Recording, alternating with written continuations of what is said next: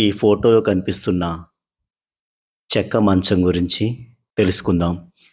1918 October 15న మంగళవారం మధ్యాహ్నం 2:30 బాబా మహాసమాధి చెందిన తర్వాత బాబా శరీరం 1918 అక్టోబర్ 17 అంటే గురువారం వరకు 3 రోజుల పాటు ఈ చెక్క మంచంపై ఉంచబడింది.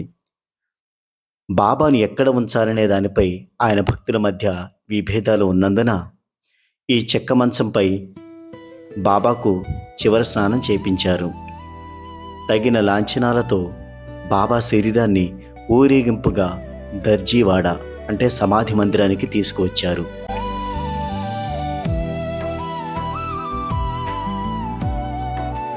గర్భగృహ లేదా సాంట్రం గర్భగుడిలో అంటే మురళీధర్ విగ్రహాన్ని ప్రతిష్ఠించడానికి కేటాయించిన మధ్య భాగంలో బాబాని సమాధి చేశారు.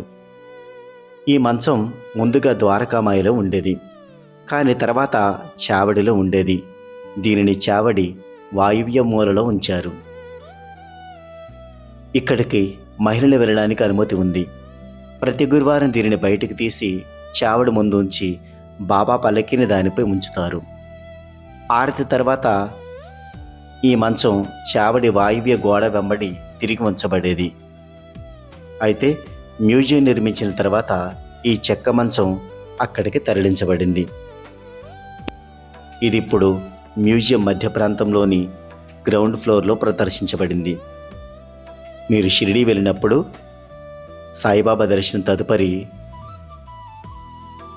సాయిబాబా ఆ రోజుల్లో వాడిన వస్తువులు, సాయిబాబా యొక్క చిత్రపటాలు ఇవన్నీ కూడా మీరు షిరిడీలో ఉన్న మ్యూజియంలో తప్పకుండా దర్శించుకోండి. ఈ చెక్క మంచం కూడా అక్కడే ఉంచబడింది. జై సాయిరామ్.